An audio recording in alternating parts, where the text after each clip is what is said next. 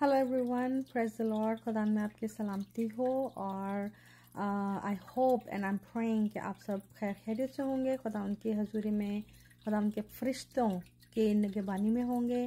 खुदा आपको सलामत रखे, जहाँ कहीं पे भी हैं खुश रहें और अपनी ज़िंदगी को खुदावंद के साथ बना के रखना है। और हमने गिव अप नहीं करना, हमने अपने खुदावंद का इनकार नहीं करना और कलाम के मुताबिक चलना है। So this is my message and motivation for all of you who are watching this. मैं कुछ लोगों से रिसेंटली बात कर रही थी और वो सारे के सारे जो हैं वो ऑलमोस्ट पाकिस्तान में हैं और उन्होंने पोस्ट डाली ईद मुबारक कह के। मुझे किसी के रिलीजन से, किसी की ईद से, किसी के दिन त्यौहार से कोई भी प्रॉब्लम नहीं है।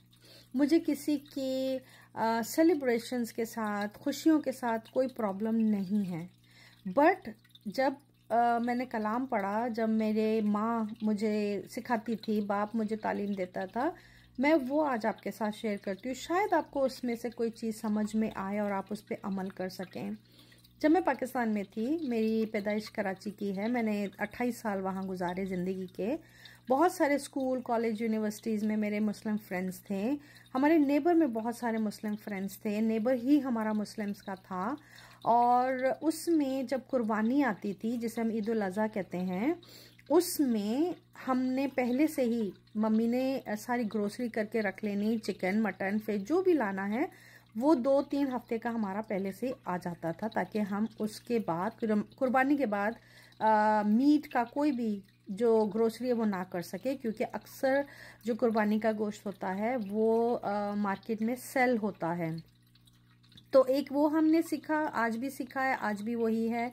और उसके बाद ये सीखा, माँ ने ये बताया, कलाम में ये सीखा कि जो जीसस ने, यीशु ने जो हमारे लिए कुर्बानी दी थी क्रूस के ऊपर, वो हमारी आखिरी कुर्बानी है। ठीक है, हम आइजक की कुर्बानी को मानते हैं कि इब्राहिम ने कोशिश की कि वो उसको कुर्बान करे, लेकिन खुदावंद ने एक बछड़ा भेजा और उसकी कुर्बानी हुई थी। आइजक को कुर्बान नहीं किया गया था, उसको ज़बह नहीं किया गया था, उस बछड़े को ज़बह किया हुआ था।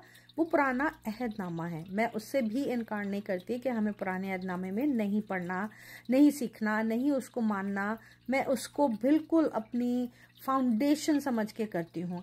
अच्छा, जब मैं पाकिस्तान में थी, अपनी फ्रेंड्स को मैंने पहले ही कह दिया था कि मैं कोई भी जो ईद उल अज़हा की कुर्बानी का है, ना मीट खाऊंगी, ना मैं आपके घर आऊंगी, ना हम कुर्बानी के लिए नीचे आते थे, उतरते थे बिल्डिंग से, ना ही माँ ने नेबरहुड में जो मुस्लिम फ्रेंड्स थे उनसे कुर्बानी का गोश्त लेना था। उसकी वजह क्या है?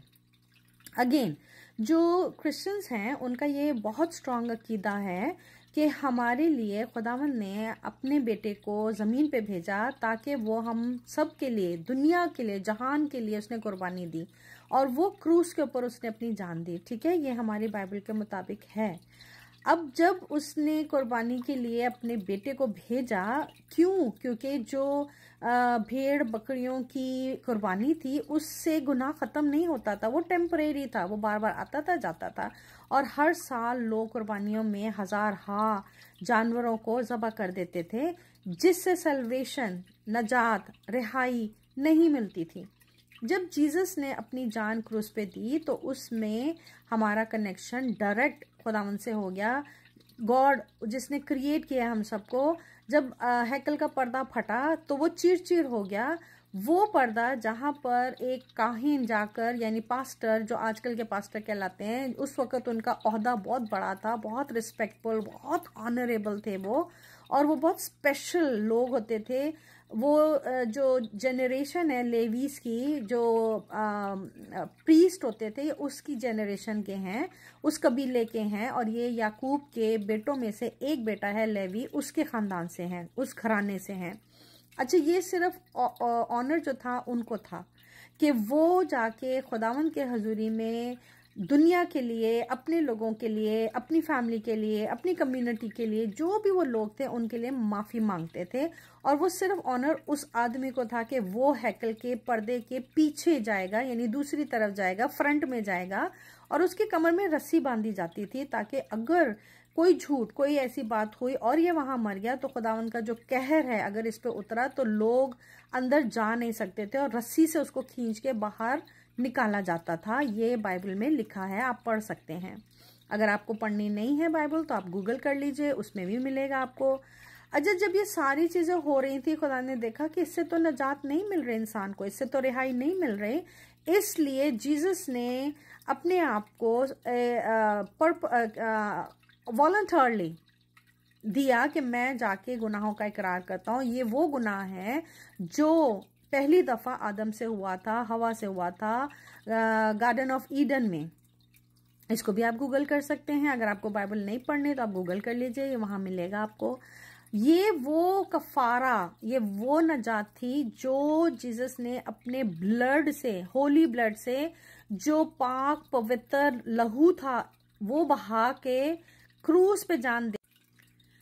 क्रूस की जो मौत है वो बहुत ही पेनफुल, बहुत ही हार्ड, बहुत ही सफरिंग थी उसमें। उन्होंने वो बर्दाश्त किया, सब कुछ बर्दाश्त किया आपके और मेरे लिए। उस वक्त किसी जानवर की कुर्बानी नहीं हो रही थी, उस वक्त खुदावंद के बेटे की कुर्बानी हो रही थी। और जीसस जो हैं वो होली थे, 100% होली थे। उसमें इंसान का कोई अमल दमल नहीं था। वो ना ही किसी के इंसानी जिस्म से पैदा हुए, ना हस्बैंड वाइफ के रिलेशनशिप से पैदा हुए। वो आसमान से प्योर सुपर नेचुरली बर्थ लेकर आए। वॉलंटरली उन्होंने कहा कि मैं जाऊंगा, और खुदावंद ने इंसान की शक्ल धारी की और इंसान की तरह वो हमारे पास जमीन पे आए। और मदर मैरी, माँ मरियम की कोख में उन्होंने सुपर नेचुरली बर्थ लिया। और एंजल ने आके उनको बताया कि ये खुदावंद का बेटा है, इसका नाम यीशु रखना, और इसके नाम की मीनिंग है नजात देने वाला, सल्वेशन देने वाला, रिहाई देने वाला। और इसका नाम इमैनुअल का मतलब है खुदावंद हमारे साथ, और यीशु का मतलब है कि खुदावंद ही हमें नजात दिलाएगा। हमारा जो साथी और हामी है इमैनुअल, खुदा हमारे साथ, इसका नाम होगा। तो ये सारी चीजें जो हैं ये पहले से बहुत सालों से प्रोफेसी हो रही थी, पेशेंट गोइयां हो रही थी कि जीसस एक होगा जो सुपरनैचुरल होगा, एक होगा जो होली होगा, और एक होगा जो मरियम की कोख से जन्म लेगा। तो उस जमाने में बहुत सारे लोग अपनी बेटियों के नाम मरियम रखते थे कि शायद मेरी बेटी हो, शायद मेरी बेटी हो। उसमें किसकी टर्न आएगी खुदावंद की तरफ से ये नहीं था पता किसी को। अब मदर मैरी का जो रिलेशनशिप है जोसेफ के साथ, ये बाइबल में लिखा है, आप गूगल कर लीजिएगा अगर आपको बाइबल पढ़ना नहीं है।